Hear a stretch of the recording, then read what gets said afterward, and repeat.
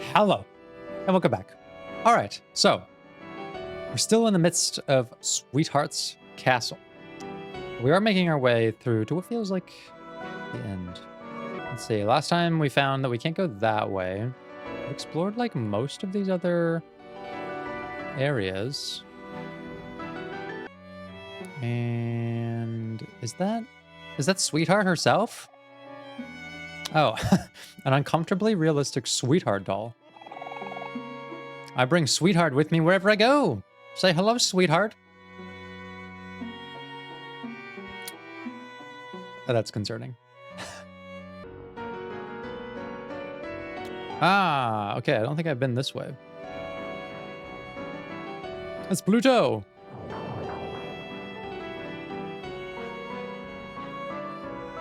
All right. I guess he doesn't really want to be here either. That's fair. That's fair, Pluto. Okay. Looks like I'm making some progress here. Some sort of recital. Virtuoso mole. No, no, no, no, no, no. This won't do at all. You in center left. You call that singing? The sprout moles are they're so vile. My cousin's plastic flamingo sings better than you. I do think that they reveal a little bit about Sweetheart, you know. I'm trying to reserve my judgment for Sweetheart until I actually meet her, okay? But I can't help be influenced by her environment, which is very gaudy, and the people that she surrounds herself with, which I do think tells you a lot about people. And don't think I can't see you in the back row dozing off during the chorus. Pull yourselves together, or else, Sweetheart, will have you thrown in the dungeon. So, what this tells me is that they are either like modeling after her behavior. They know Sweetheart will throw her in the dungeon. But where did Sweetheart learn that? Okay.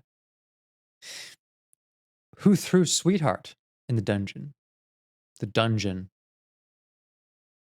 Potentially, Sweetheart's got parents who are very punitive. Some very punitive parents.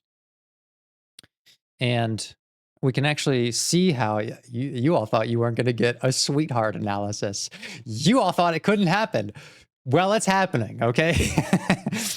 The most shallow character, I think, actually does have some depth, okay? So many conflicts, especially those involving relationships. They're not about the dishes. They're not about the shoes. They're not about the clothes. They're not about any of this stuff, okay? Here's what they're really about. They are about power and control. They're about closeness and care.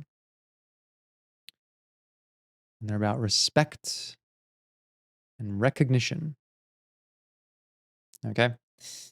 According to Esther Perel, who's like expert on relationship stuff. So these are the dimensions of issues that mostly couples, but let's say people, it's a valuable model for looking at people, rely on when they're in some sort of conflict, okay? And it tells us a lot that Sweetheart views so many conflicts in her life, you know, whether people are performing a certain way, whether they're dressed a certain way, whether they're like adequate to be in her very presence, like how much of this revolves around solutions that come from power and control. Where did she learn that power means controlling people? And why didn't she learn that power can come from lots of places, like inner resources? Power can come from having people trust you. Your influence can be dependent on people aspiring to be like you because you set such a good example. I don't think that these people admire her actually so much for this. I think that she sort of manipulates them through power and control. I think that in order to be recognized, she feels like she has to be gaudy and make big statements about who she is. Everything has to be branded, okay? Like it's giving a very histrionic personality vibe where literally everything in life is a show. It's about showing things to people. It's like always needing to be the center of attention. And not just from like a basic attention seeking thing, but like life depends on this. Like there is no inner validation mechanism. It's like very dependent on being recognized. And respect isn't really a part of the picture. Closeness and care don't really factor into this. Like it's mostly being recognized and being controlling and powerful, and those become the fixations.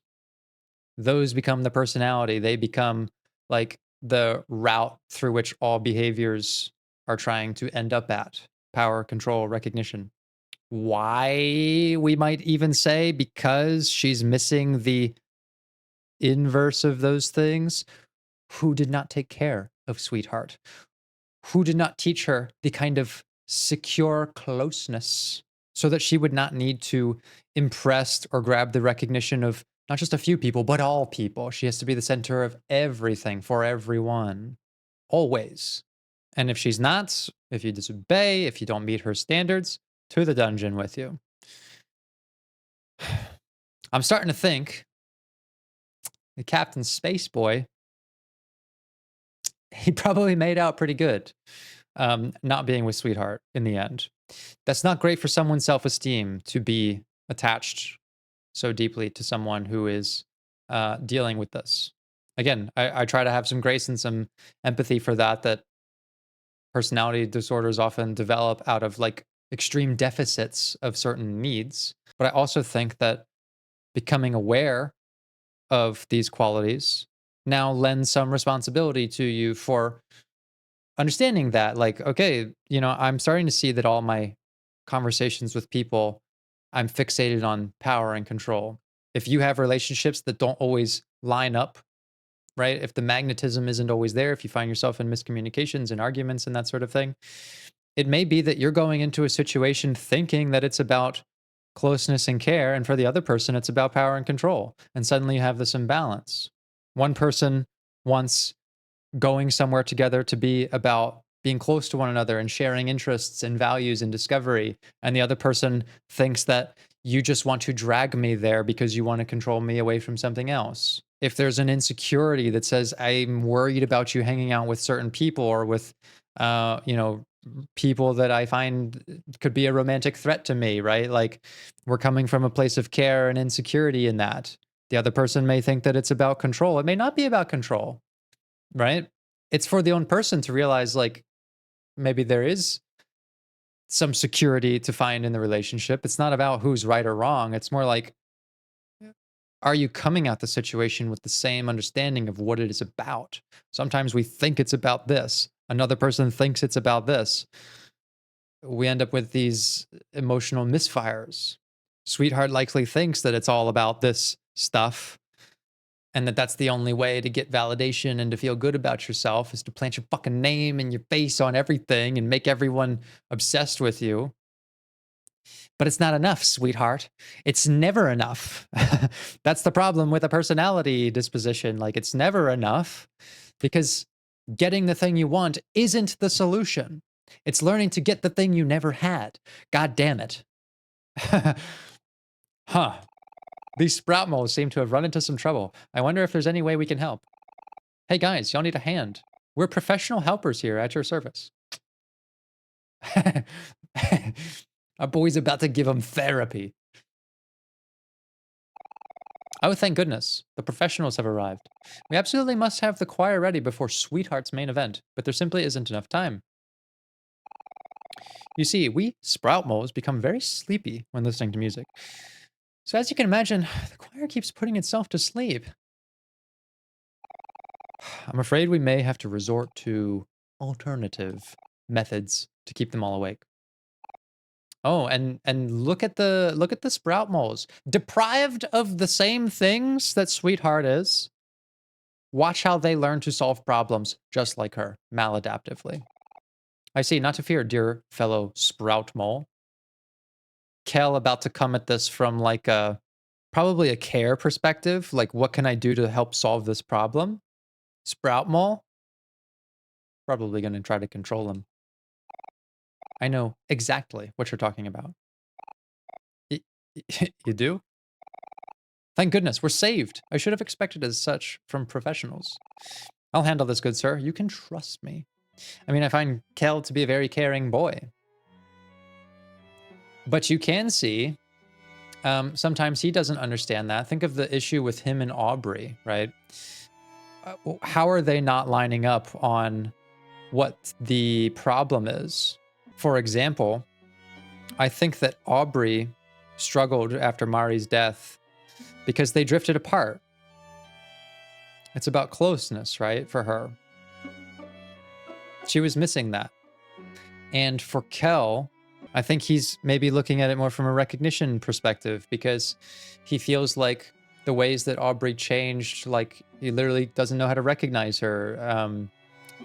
Their personalities, their values, they don't line up so easily, but you can have closeness even with different values. I think when there's an imbalance between those things, you do end up more in a power struggle. There's a lot of people around Aubrey who want to control her, you know, how she should dress, how she should think, how she should act.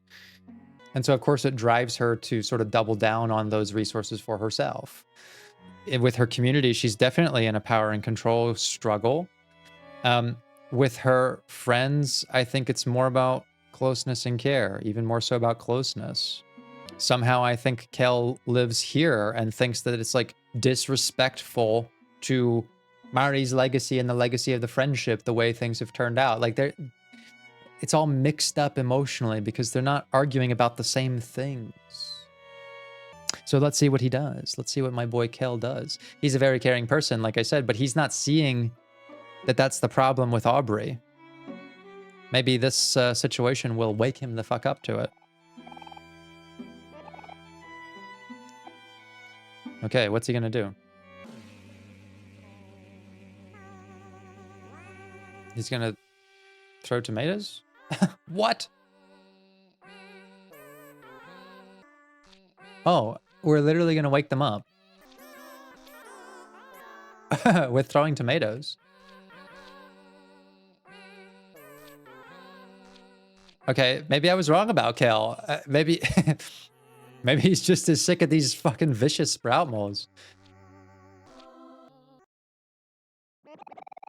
Ah, I am sensing improvement already, but I wonder if we can do better.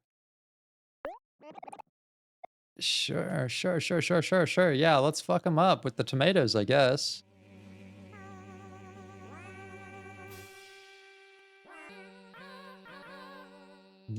Don't you dare sleep on my watch.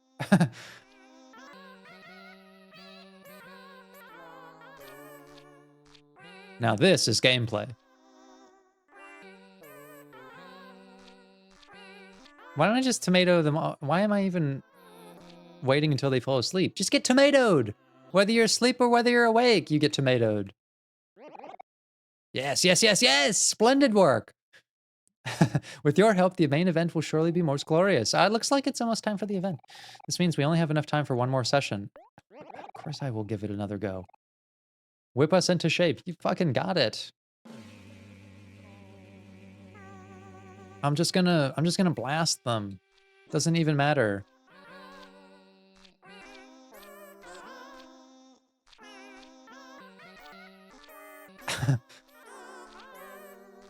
I want to see a single Z in that audience.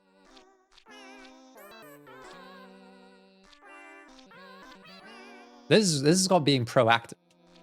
This is coping ahead.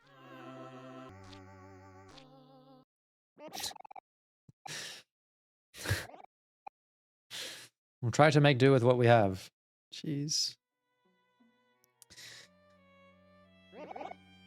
Thank you for your time. Okay, well, looks like I had the wrong read on that, but I do think I have the right read on Sweetheart. Do you want to take a bite? Yes. Take a bite of that cake.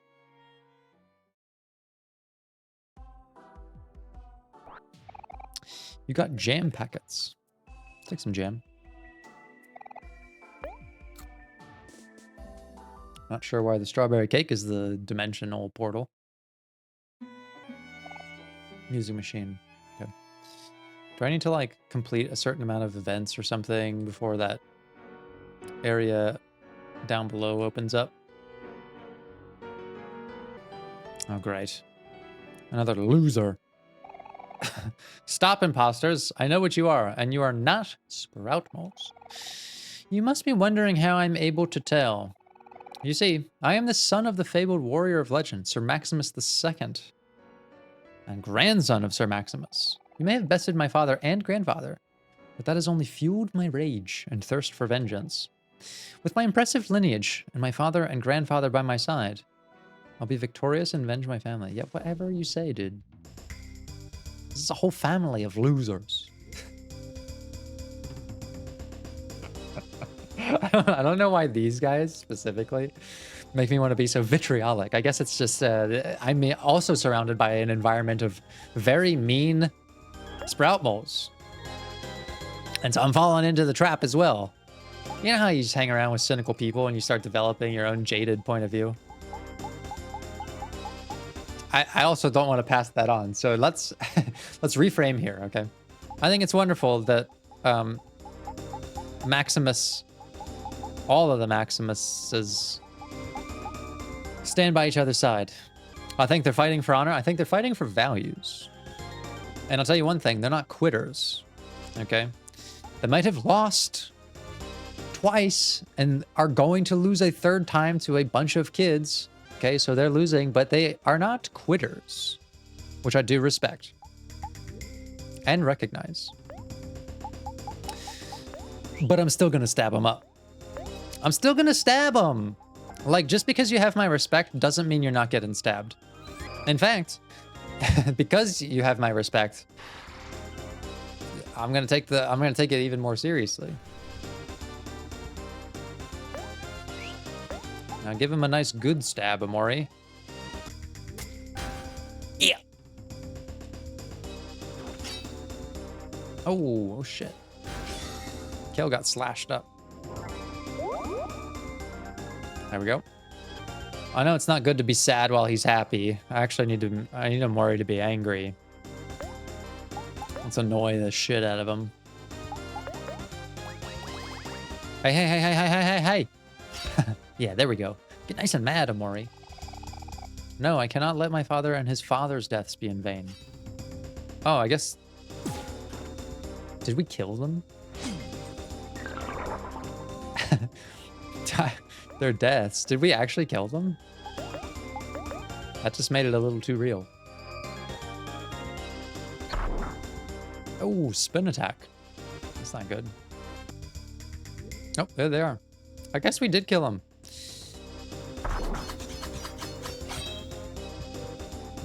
Okay, he used his ultimate attack. Omori's still in the fight. Can you give him a proper stab there?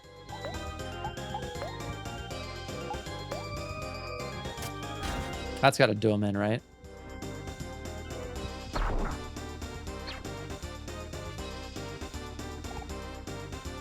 Alas, my family has been... Oh, did I actually lose to him? What? All right, I'm done talking shit. I guess I got fucked up by... I guess they're not losers. I gotta hand it to Maximus III. He was the real deal. I'll take it more seriously. All right, he's all powered up. Good thing I got Omori all raged up, though. Yeah, let me go to level 3 enraged. How about that? Maybe I'll even take away his emotion. Take away his emotion, hero. It's so kind of sinister, right? I'm gonna take away your emotion. Damn. Still taking Kel out, though. Weakest on the team, not gonna lie. Father, grandfather, I'm sorry. I have failed you. You know what, though? You didn't fail. You actually defeated me the first time, so I gotta give it to you. You've won my respect and recognition. Is it just me, or does it seem quieter all of a sudden? Yes, the crowd of sprout moles. Let's follow them, Omori. Maybe they can lead us out of here. Yeah, maybe. All right, let's check out what was down here.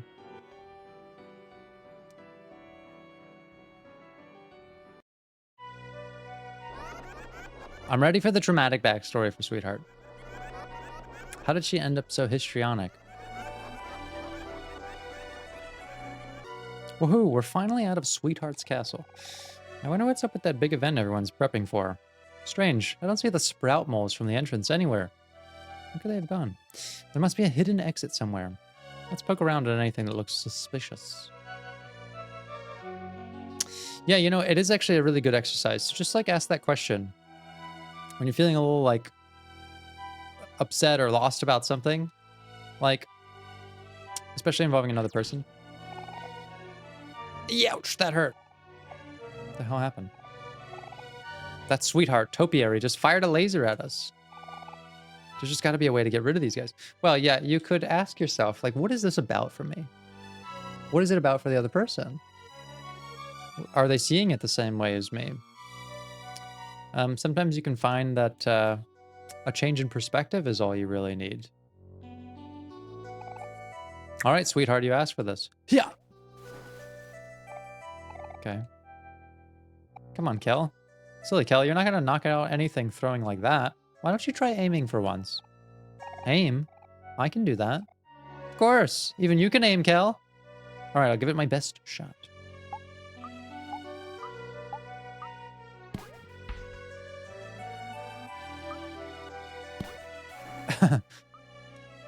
Come on, Kel. Okay, I think we got them all, no? Yeah, we blasted them real good. What is this? Can I slash it? Can I bash it? Can I sweet talk it? No, can't do anything. What a waffle, though. Come on, Omori, you can't slash down that tree. What's wrong with you? As a member of the esteemed elite, I have a special code word to hide, but you probably wouldn't know anything about that.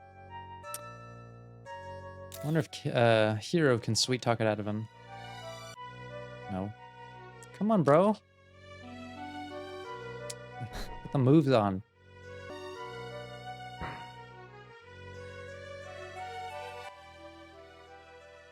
Oh, what is this? The trapped creatures want to be free. There's just a bunch of bears down here. Let's release the creatures. Yeah, sure. Are you absolutely sure? Yeah, why not?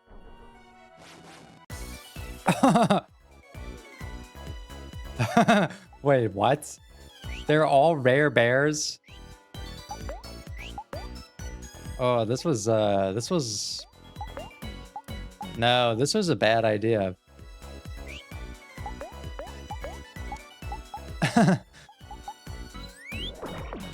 I don't think I can kill a single one.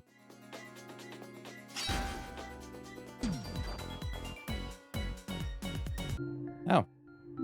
Oh, I guess I could kill one of them. 50 clams on that rare bear. Okay, I definitely can't kill 2 rare bears, though.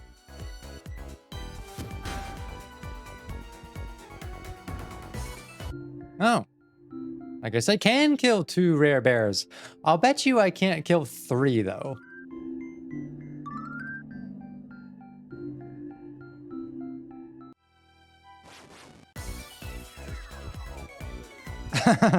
This is gonna get ridiculous.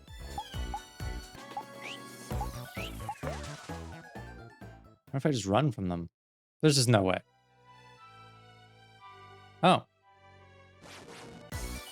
Maybe can I just run each time? New strategy? Please, please no more rare bears. Can I at least heal up in the meantime?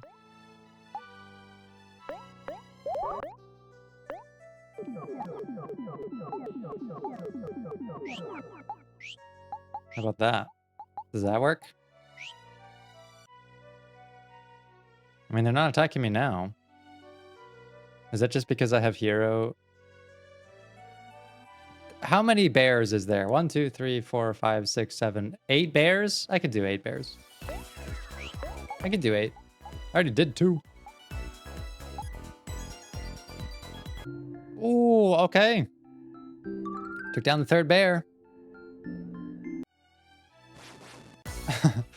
All I think I have to do is run from one of them.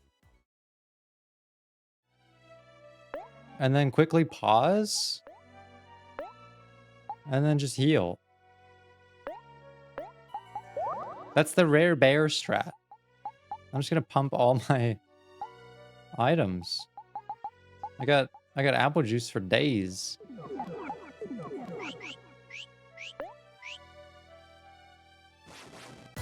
That's actually gonna work.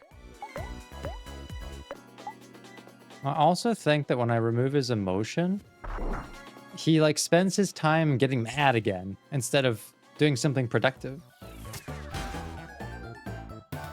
Like attacking me. Take away that bear's emotion, hero. Lower his defense. Omori gets him with the stab. Let's go for the stab. Go straight for the kill. See? He spends his time getting mad instead of fighting. That's the actual strategy right there.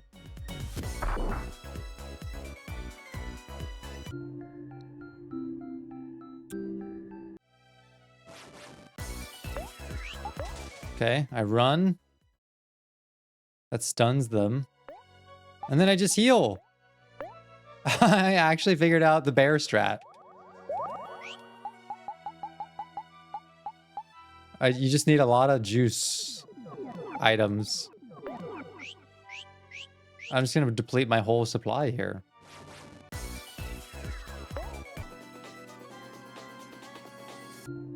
Okay. What is that? Bear number 5 or something? I don't know. Doesn't even matter. I'm just clearing these bears out. We got 1, 2, 3, 4, 5 more. Okay, so we've killed 5 of them. I think there was 10. Jeez, man. I think I got all this tofu. Look at that. Just blast it.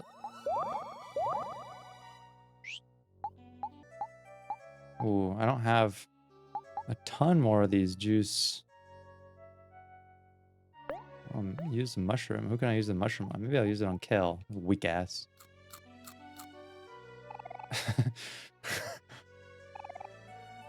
One heart, 1 juice, 1 attack, 1 defense, 1 speed, 1 luck. Alright, Kel, don't waste it. Okay. 6 bears down. 4 to go. I might even actually be able to move now. And get a little bit away from them. Oh boy. Let's use all that tofu up. Use that candy up. This is what my clams are really for.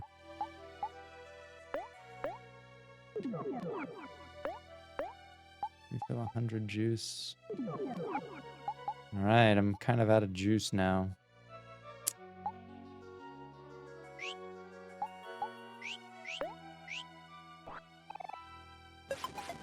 Alright, they're coming for me.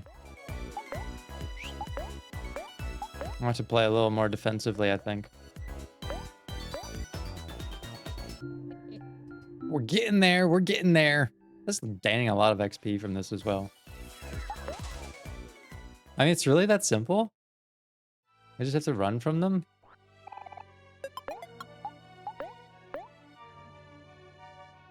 I just wish I had more juice. I've been drained of my juice. I guess I don't even really need it, though. I've kind of figured out the strat for these. I just gotta... first you give the angry bear a massage, and then when he's feeling nice and soothed, that's when you give him the good stab.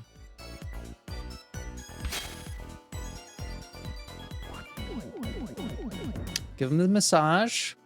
Is he calm? He's calm. And then you get him in the gut. Right in the heart.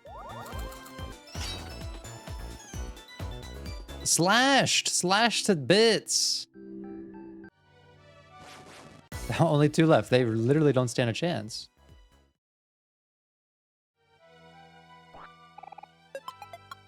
Oh, look at these fucking items I'm getting too. Crushing it. Oh my god, literally 0 damage. Untouchable. Well, if I went from like, I couldn't even kill 1 rare bear to now I'll have felled 10 of them.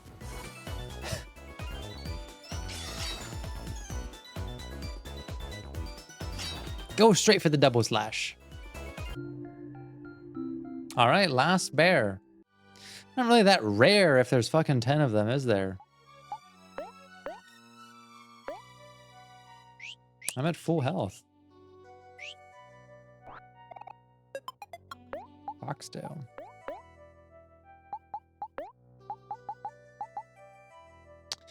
Ooh, speed. I'll pass that to my boy Kel, the speed lad. Yeah, pretty good for his speed. All right, last bear.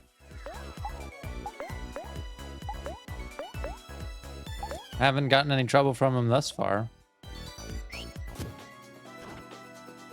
Dang. Kel he's starting to put in the work.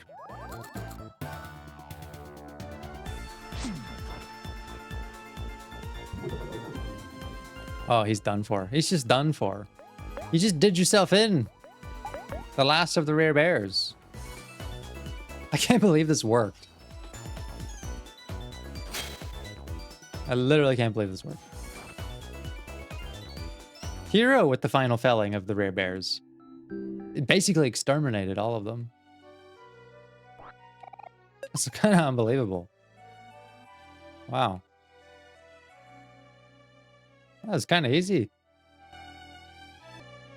All right, well, I've gone and healed myself up. I don't have any items left. Definitely gonna need to shop a bit.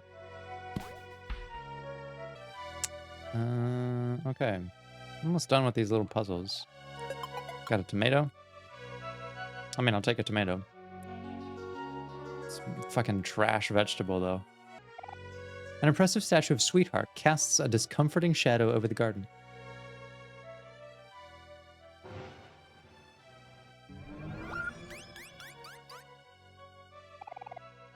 What's the password? I don't know. Magical? Oh, shit. I didn't even... Wrong. I accidentally clicked through the second option without being able to see it. I got Kel smited. Sorry, Kel. Let's let Aubrey do it. This whole place is just exhausting. There are 4 passwords that must be spoken to the Sweetheart statue. As one of the chosen elites, I have been given the responsibility of guarding the 4th of 4. But I'm supposed to hold on to the super secret password and everything, right? But like, it's about food. So now I'm just thinking about food all the time. It makes me so hungry that I've started chewing on the grass to curb my appetite. Can you believe it? I should really start providing food to the guards around here. And like, what kind of password is donut anyways? As in like, that stupid pet name that weird blue guy always called Sweetheart or something. Oh! And Spaceboy back in the mix. Pulleys. There's no secret at all. Anyone could guess that. They're always walking around here and acting all coupley, calling each other names like that back and forth, saying things like, why don't you ask me to marry you yet? And I'm sorry, my friends don't approve of this relationship all the time. Oh man, it really is a histrionic situation. That's exactly what I was getting at earlier with the whole, like, it's all about power and control. Oh man, but whatever. I'm still stuck here guarding the passwords with those 3 other guards. That's right, pity me if you want to see if I care. Okay, so donut. I'll figure out what the other ones are now.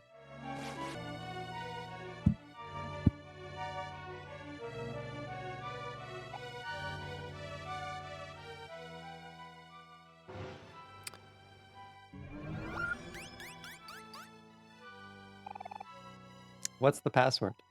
Sweet. Ah, shit. I accidentally clicked too fast. I'm gonna get smited. Sweet planet-filled donut. Damn it. Kitty, you distracted me. You got me smited. Cat distraction. Okay, this time I will take it slow.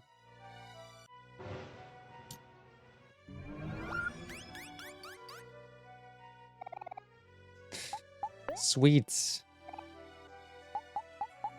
Jelly. Build. Donut.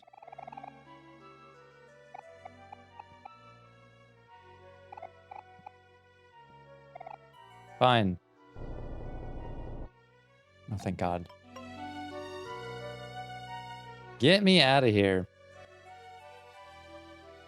Okay, back in the dungeon. Dear sweetheart, I love you so much. Let us have kids and spend the rest of our lives together. I would like that very much. Kitty, do you wanna finish the episode?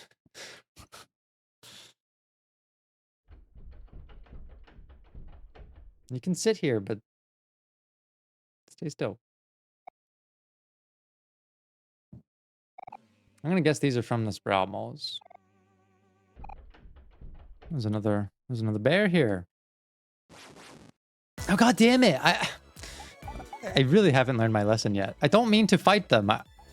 They look so sweet and innocent before you get into fights with them. It's okay. I've defeated like 1,000 of these things by now. Easy. Easy victory. Found a teddy bear. Okay.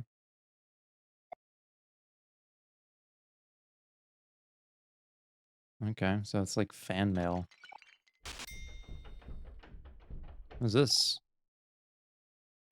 Oh, yes. Yeah, I do need it. I do need to buy some stuff. I mean, having a good amount of tofu could always help me in a pinch.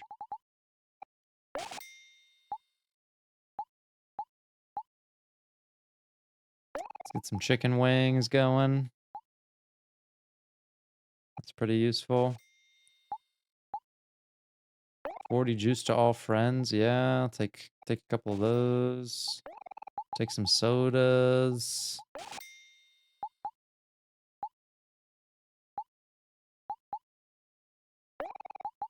Probably take some more of that.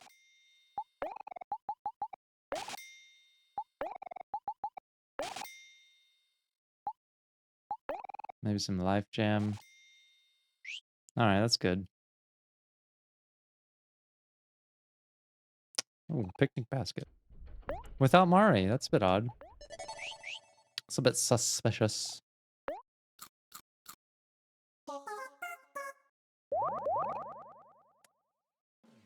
Okay. Let's see. Let's see how this all turns out.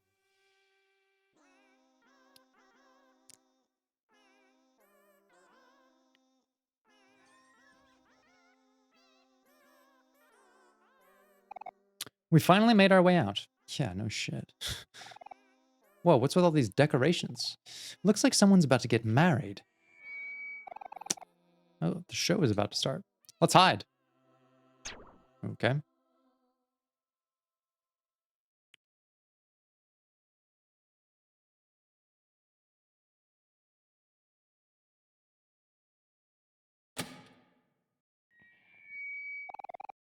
Welcome all. Welcome all.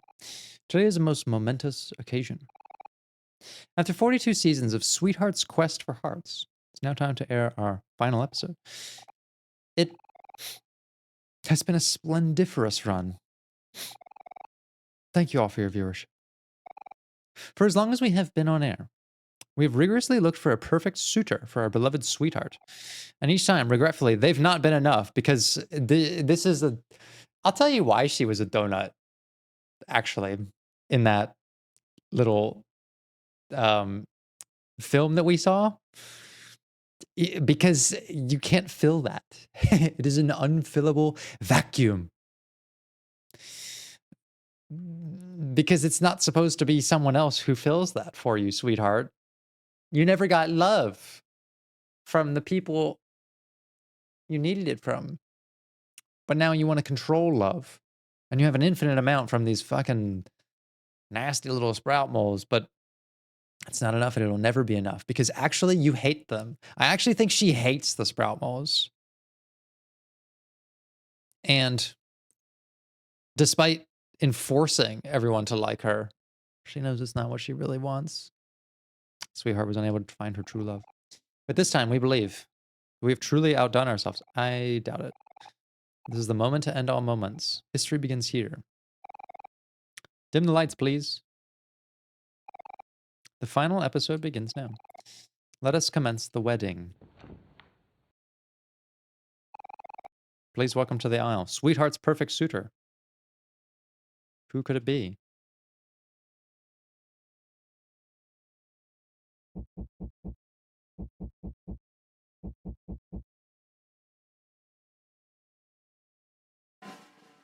Spaceboy?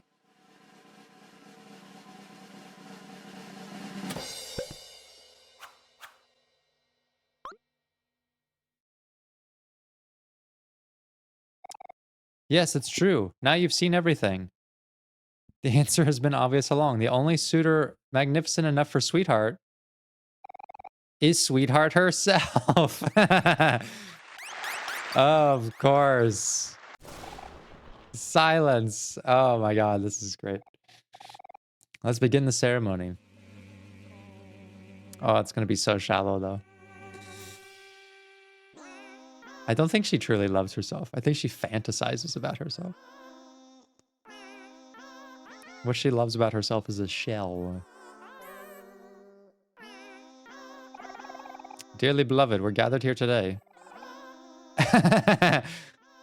That's so lame. Damn, Kel. Don't laugh, Kel. I actually feel kind of bad for her. Yeah, me too. I do. Now, does anyone object to this holy matrimony? Speak now or forever hold your peace. In that case, by the power vested in me, I now pronounce you Sweetheart and Sweetheart. Oh, this is sad. I object. Stop this wedding immediately. Oh, hit him, Aubrey. Hit him with the truth. Don't do this, sweetheart. This wedding is a sham. Loving yourself is one thing, but this is taking it too far. Yeah, I'm with her. This isn't self-love. Not you again. How dare you step foot back in here? Guards! Sweetheart, you're making a mistake. You can't just marry yourself. There's someone out there for you. I know it. Well, that's... There is someone out there for her, but she does need to sort her shit out first. I think the thing she's looking for is not going to be found in someone else, nor is it going to be found in like a romanticized facade of yourself. She's going to send us to the dungeon again. You understand nothing, random hero fan. I was a princess once. I too once thought there was someone for me out there in the universe, but that's all in the past now. I no longer believe in true love. I'll never love anyone else ever again. The only person I'm going to love from now on is myself. Now, guards, seize her! I don't think this is a good idea. I guess we're gonna have to fight her. Sweetheart, listen to me. You don't have to do this. What's this? Could it be? Hero. My hero has come for me. Oh, my sweet hero. I knew you wouldn't leave me alone like this. How you sway me with your words. Although it may be over between us, my heart has not yet forgotten you. I'll give you one last chance. Marry me, hero. Here and now. Do so, and I will let you and your fans live. What? I can't do that. That's crazy.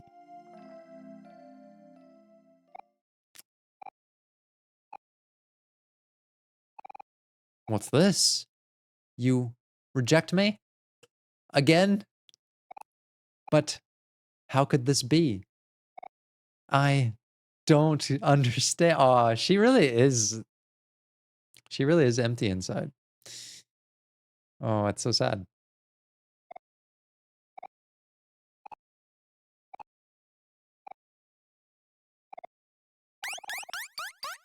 No, sweetheart, this was a moment for self-reflection. Don't double down on this nonsense. Now you've done it. Kitty, chill. She's all over the microphone today. Ah, yes, I see everything clearly now. I'll admit it. I was wrong about you, hero. I thought you were a worthy companion. But it seems you are jealous of me, like everyone else.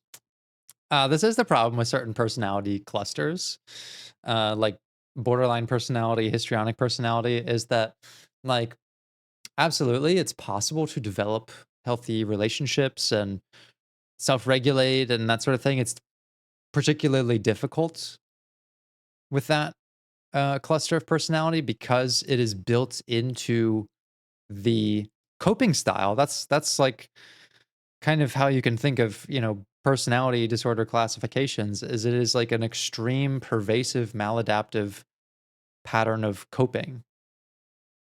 It's built into the coping style to be the victim, constantly feeling like you are deserving of everyone's attention, and at the same time feeling rejected by everyone because, like, it's just very difficult to deal with people's boundaries. Borderline and histrionic have some overlap. Borderline is typically more about like internal dysregulation, constant internal dysregulation, feeling like everyone's against you, always seeing yourself as the victim in every storyline. Not very good with boundaries, especially when people try to set them, not understanding that, like, me not wanting to marry you is maybe more so be about me than it is about rejecting you, right? Histrionic, yeah, kind of present kind of similarly, but like it's more about being this like center of attention. Everything's sort of a big show. And borderline less so. They don't really like, being in the center of attention. They tend to make themselves the center of attention anyways, due to like constant dysregulation and lashing out. But they're not like reveling in it so much. Like they can't stand it, but they also can't stop it. And like this is a way of coping with someone putting a boundary to you and saying like, no, you can't just control me. You can't just punish me. Like I have my own rights and need for respect and all of these things. And like internalizing that as you're just jealous of me because I have everything in control and you secretly are just denying your own attraction to me. Like it's really deeply rooted. It's like this inability to cope with any kind of standard setting by someone else. Unfortunately, Sweetheart is not finding the way out of that. Um, like I said, there is like different kinds of treatment that help with it. But our ragtag little group of therapy kids weren't quite enough. Aubrey's attempt to motivate her was interesting, but it's not usually the play that works because there's so much investment in other people's reaction to you in that cluster B. Often the best way to handle that is to set firm boundaries, but to not clarify them with extreme emotion. When you give a big reaction like, no, I'm not going to marry you, right? You're sort of setting the stage for that to be the appropriate level of response. So you kind of just want to be more unemotional about it. Like, no, that's not going to be what's happening. It's not appropriate. That's not what I'm here to do. Aubrey and Hero getting involved in the like, but there's someone for you. Like, it's sort of feeding into the attention seeking, unhealthy need for recognition sort of stuff. Like, as much as you want someone to feel that way, they do need to find that as a source within themselves. It just doesn't tend to go as well externally validated. Like for anyone else, I might say, like, yeah, there's someone out there for you. You should go looking for them. With someone like Sweetheart, they're going to internalize that more in a victim sense and say something like, well, so what you're saying is that, like, I'm just so awful, it's going to take me forever to find that person. Really, I'm trying to motivate you in a strengths based way, the same as you'd say to anyone else. There's someone for you. And it's like, oh, so you're saying, like, it just is really difficult. It's not easy at all. It takes lots and lots and lots and lots of therapy with a personality disorder. Yes, that must be it. It's just, you can't, that's your way of coping with it. It's unfortunate. My dazzling looks, my charming smile, my gregarious personality. It must be so difficult for you to even stand in my presence. But I do have sympathy for it because, like, personality, especially like those cluster B, it's like, it's just like living life on hard mode, you know, because there is often a limited capacity for self-critique and self-reflection that helps you see, like, maybe I am the problem in this situation. Like, letting that idea into your worldview can be so self-destructive because there's no internal self-esteem. And so, like, I can't do it. Like, the narcissist must deny culpability because to invite any of it is to shatter the entire worldview that, like, I'm actually perfect because there's nothing underneath it. Like, I can say, yeah, I'm not perfect. I'm like terrible at all kinds of stuff because I have like other inner resources that defend me from that sort of severe self-critique, from it turning into like extreme self-hatred. Like, I just kind of don't like stuff I do sometimes. Letting that one thought in doesn't like derail my entire world, whereas it will here. So it's like, it's not a benefit to be coping this way. It's exhaustive. The relationships are always extremely intense, extremely short-lived, same cycles of toxic behavior, constantly feeling that victimhood to the point that you sort of lose faith in the idea of positive relationships. And what do you end up with? Well, I guess the only person there is for me is myself because, you know, everyone else is jealous of me. Like, it's not a nice way to live. It seems exhausting. Like I said, there's some treatment styles that can work for it, but it really takes someone to invite that awareness and then to do like really hard long-term work because it's pervasive. It's the coping style that applies to everything. Built into the problem is an extremely difficult grasping of the solution. There's no need to despair anymore. I will end your suffering personally.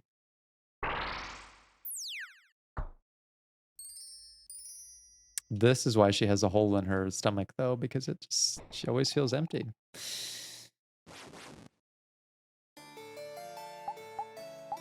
I guess she doesn't actually have one in reality, though.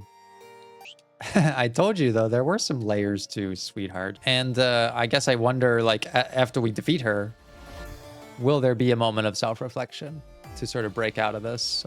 I'm holding out for that. What should we start with here? Let's lower her defense. Let's just do some debuff stuff.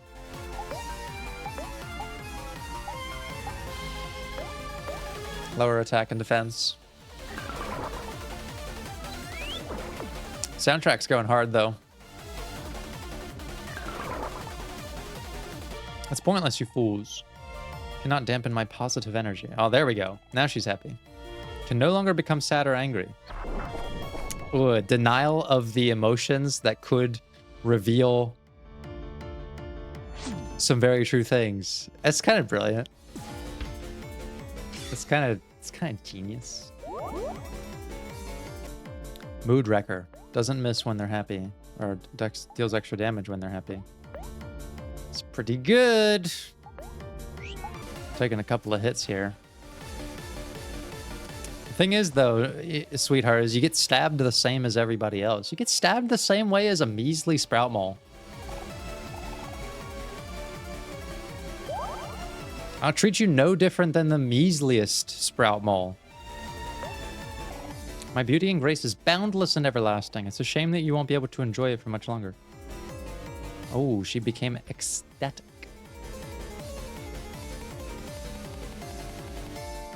I guess it's not really that safe for us to all be angry here because angry, sad, happy, angry. Happy beats angry. Angry beats sad. So we should really be sad. And flick sad on all friends. That's good. Let's do that. Ooh, and then Omori's stabs will be real good.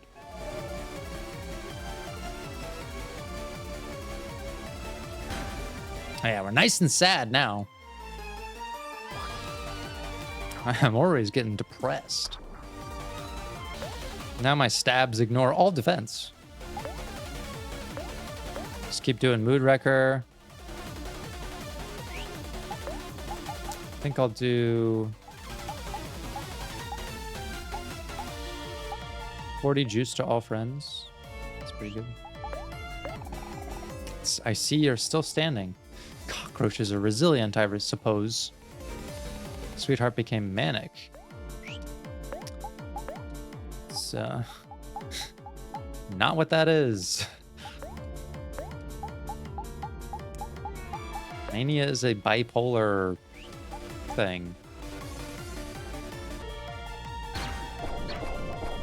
Oh shit.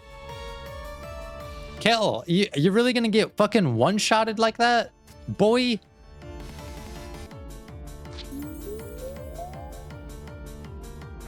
Alright, Kel's back in. Come on, one more good stab. I'll do her in. Oh shit. That's unfortunate. Doesn't look like Aubrey's gonna get any XP from that. No, is this what they call defeat?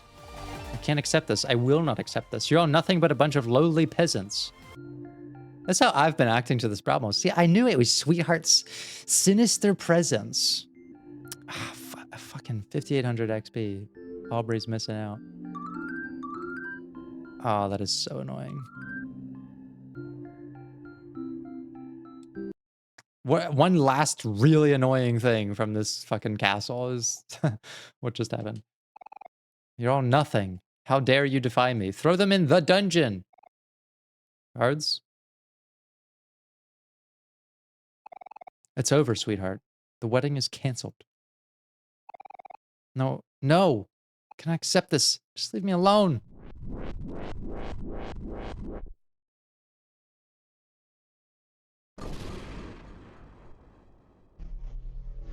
Space boy!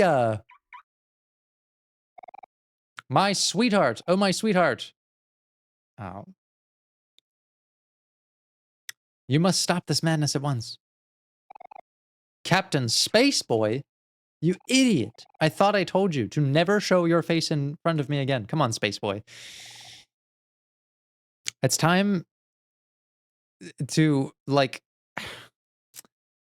It's a mask-off moment for Sweetheart. She needs to see the damage of this behavior. Oh, sweetheart, my sweet jelly-filled donut. Please look into your heart and give me another chance. Okay, Space Boy.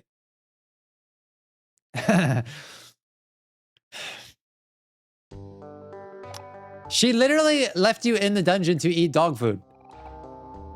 What are you doing? I'm sorry I didn't do this sooner.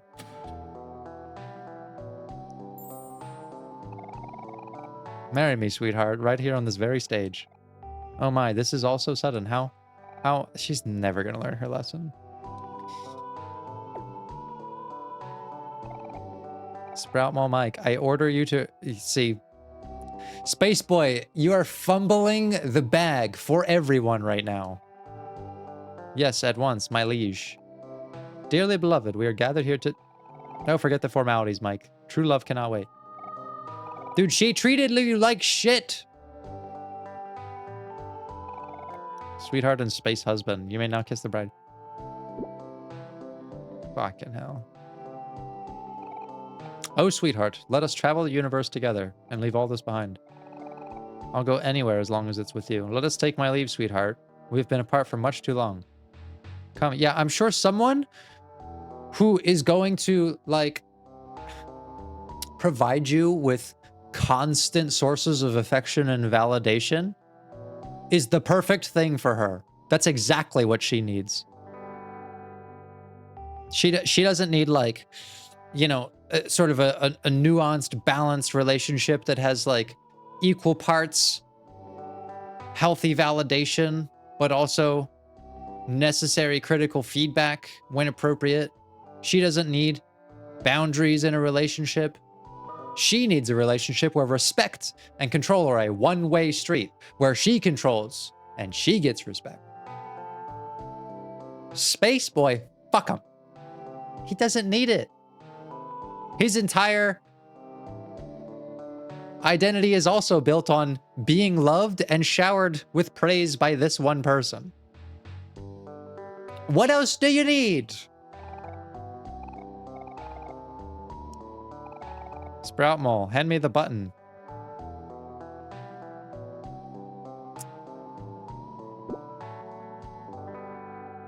I hate them together. We won't need all this anymore.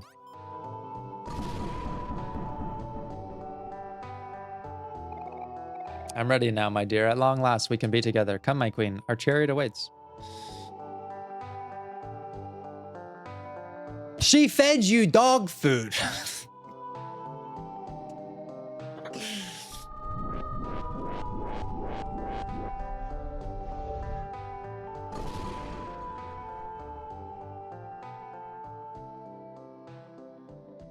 No, I don't find this romantic. I don't find it sweet. I don't find it to be a healthy source of closure. I don't find that it represents any kind of romance.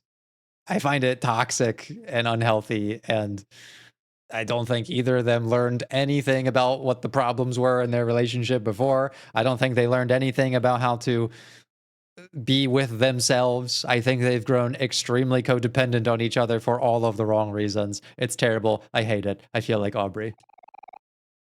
I don't think that's going to end well at all. Yeah, me neither. I guess this was a complete waste of time.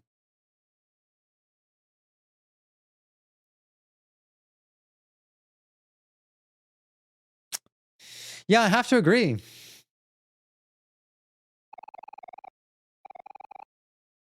Your bond with your friends becomes stronger. Everyone's follow-up moves improved. Okay, I do have to say, this section of the game does kind of suck. And the game validating that by saying, I guess that was a waste of time. I guess narratively, it makes sense. Like, clearly, Sonny Brady has internalized, you know, something about that relationship. Maybe he's seen...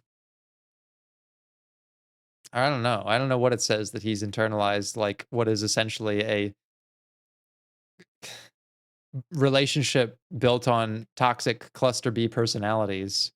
Maybe it's like his very poor idea of romance, but his internalizations of Aubrey and Kel also seem to suggest that he recognizes it's unhealthy.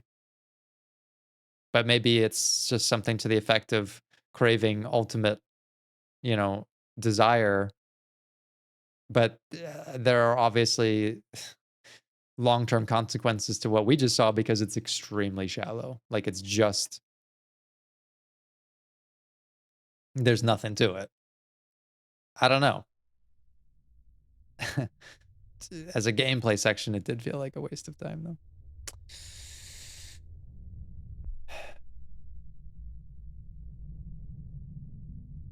Okay.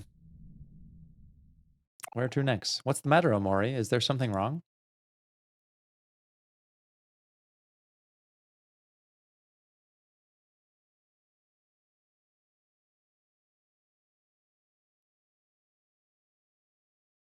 Guess should go back to the hole. It's a long way down. Do you want to jump? Yes. Why not?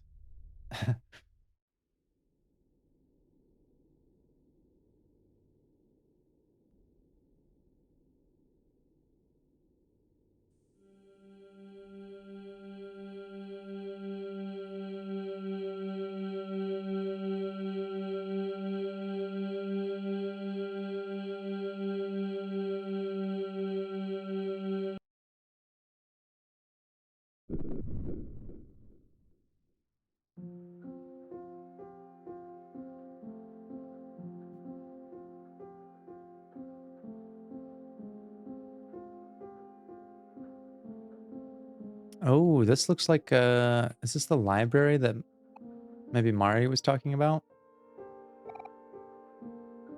white egret orchid. In the language of flowers, it symbolizes the phrase, "My thoughts will follow you into your dreams."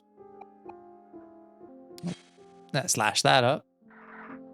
Yeah, give that one a slash. You find a book of interest. Read an excerpt. Yes. One by one, they fell asleep in the car ride home. It was a long day at the beach, after all, and everyone was exhausted. Someone was the first to nod off, then the rest. As the sun set over the freeway, someone's head accidentally drops onto someone's shoulder. The sudden jolt wakes him, but he doesn't dare open his eyes. He pretends to be asleep and steadies his breathing. He listens to the sound of the road. He feels the soft sun resting on his skin and the slight tinge of pain on his nose from tomorrow's sunburn. He is happy. Very, very happy. And he makes a vow to himself that no matter what, he will remember this moment forever.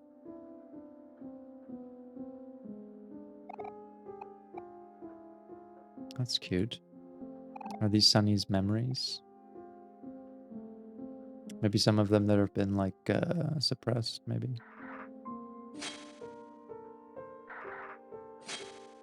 Oh, we're literally slashing through the cobwebs of our memories. Check out this book. A puddle of juice sinks into the carpet. Hovering above it is none other than someone holding an open juice box. He looks around at his friends, who are all wearing the same face of disappointment. He lets out a guilty chuckle. In what seems like less than a second, someone disappears out of the front door. A tiny black kitten makes her way through the stain, leaving sloppy, wet tracks all across the carpet. Someone's face turns red and yells for someone else, but someone is already long gone. Hands some wet power towels. Looks like they're the only adults here. And if they don't clean up this soon, the carpet's going to stain. I have to deal with them later. Okay. Another book up here. It was a hot summer day, and all someone could think of was why they couldn't do this tomorrow. The backyard was a mess. Planks of wood were strewn about the area. Paint stains blotched the grass thanks to so-on and so-on's work. All day they watched someone lug planks of wood back and forth from his dad's pickup truck. He watched them hammer his fingers over and over, and made note that over an hour has passed since they climbed down her ladder. It would just be their moral support, I thought, as he sat sleepily in the shade of his favorite tree.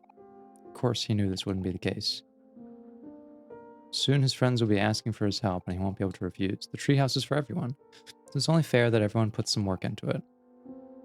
They know this and agree, but reluctantly. He slides up and wobbles his way to the mess.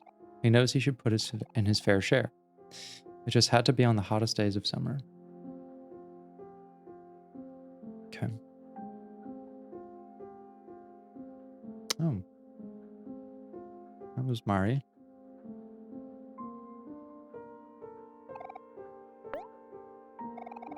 This year, they were lucky enough to get assigned to a desk next to the small window. Every day during class, they would gaze listlessly through the opening at the shadows of the trees, the clouds creeping overhead. His mind drifted elsewhere, into his own worlds, his own stories, his own adventures. He had a habit of doing this. It was easy for him to get lost. Today was the same as any other. It must be Sunny. Sunny stared vacantly out the small window as the clouds passed one by one. Suddenly, a hand playfully slaps his back, snapping him out of his reverie. Sunny looks away from the opening. They smile. He motions that class is over, and that it's finally time for lunch. It's pizza day today, and they need to bolt to the cafeteria before it's all gone. Sunny's stomach growls. He looks at the small window one last time. He would have to continue his adventure another day. It's sunset. A strange statue watches over the hidden lake. It might have meant something significant in the past, but time has made its engravings illegible. Either way, it doesn't matter to the company visiting it today. They're only here to use it as a diving board. The brothers take turns jumping off the statue. Someone jumps first, then again. The brothers gleefully urge Sunny to join them, and after some careful thought, warily agrees. He shuffles up the statue and looks down at the moving water. He can hear his heartbeat. His ears begin to ring. His legs feel as though they would give out at any moment. He tries to focus on his breathing. He feels something crawling on his shoulder, and his eyes fly open to meet with those of a black spider. In an instant, Sunny loses all sense and hurls himself into the lake. Water fills his nose. He exerts his limbs, but the water is stronger. He's too weak, too helpless. Or that is what he believes. Shuts his eyes and waits for the brothers to save him. So, could that be where our fear of water came from? Fear of drowning? Everyone is over again today. The special occasion is Saturday morning. From 7 a.m. to 11 a.m., a group of 6 friends eat a delicious homemade breakfast and watch TV together. It's the most enjoyable part of every week. Sunny looks at the clock. 8 a.m. 2 hours left. He'll be able to watch with everyone else until 10 a.m. when his tutor arrives. He grimaces. What he thought would be a rewarding hobby has been nothing more than a nuisance. Instead of watching the shows with the rest of his friends, he'll be the only one to miss out. If only he could watch the last hour with everyone else. If only he didn't have to play the violin. Something opened. There was like a violin in one of those images in the photo album.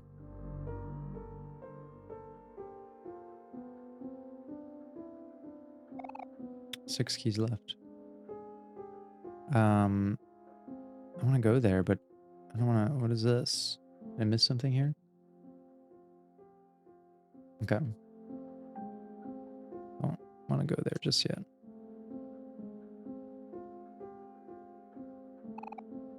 Part of the shelf has been cleared out. Look into the hole. Yes.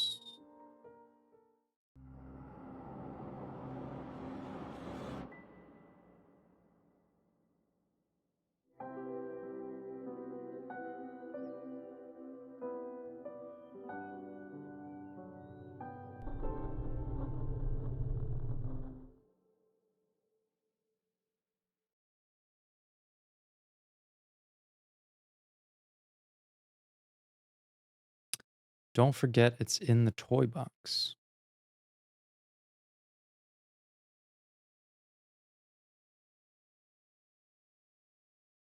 Oh, wait.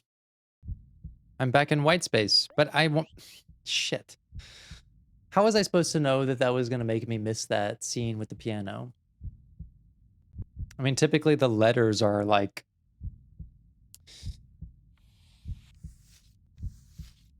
sort of minor scenes. I guess I didn't realize that that was going to make me progress into fucking white space. Well, the L is relevant, and it is black.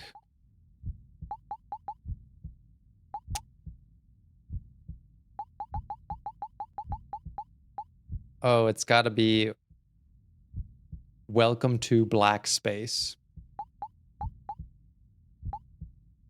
Welcome to black space. So there is a black space.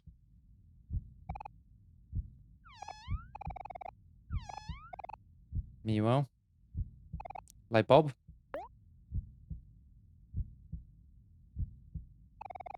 It's pitch black inside. Okay. Well, what the hell is black space? What the heck is white space? Fuck, I know what I have to do by now. I'm sorry, Omori.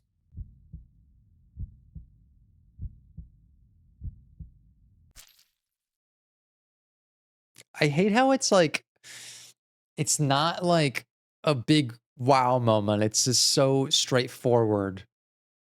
It's very unsettling. 2 days left.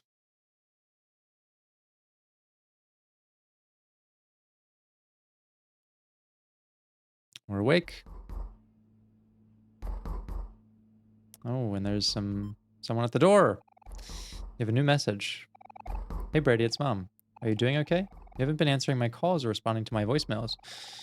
If you keep ignoring me, I'll start getting worried again. Mom should be worried anyways. I hope you're pacing your chores. I don't think I could finish everything up in one day.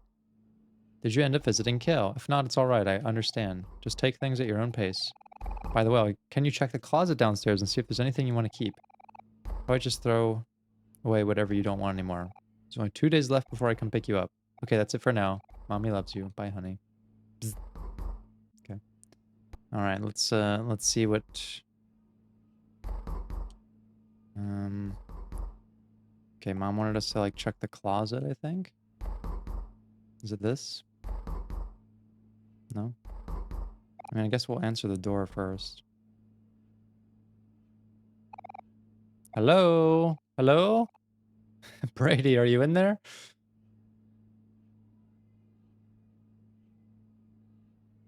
Black space.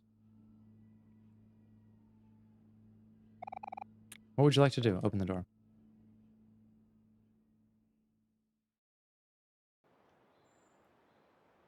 Ah, sweet real world Kel. he cures so many of my ailments. Hi, Brady. Top of the morning to you. Well, more like noon, actually. Turns out Hero's not coming back until around dinner today, so I thought I'd drop by a little later. Mom's having me buy some stuff at Faraway Plaza before he comes back, and thought it might be funner if we went together. Did you want to come along? Of course you do. Come on! Let's go! All right, we're back in it. Okay, we're gonna pause there. Let me know, I guess, what happened in the scene with Basil and the piano. I didn't realize that going to get the key was going to progress me. I'm a little frustrated by how, like, misleading and obscure very important story details can be in this game. But I guess that is part of the appeal in some ways. Speaking of, the first thing we'll do on the next episode is go by the church and check out the stuff in the graveyard, because that's another thing I missed without knowing it was there. So we will definitely check that out. And thank you for watching and enduring Sweetheart's Castle for like 3 episodes. Hopefully that's put us through some of the more aggravating parts of this game. Although I did appreciate, you know, getting more depth to Sweetheart over time. It wasn't the depth I expected.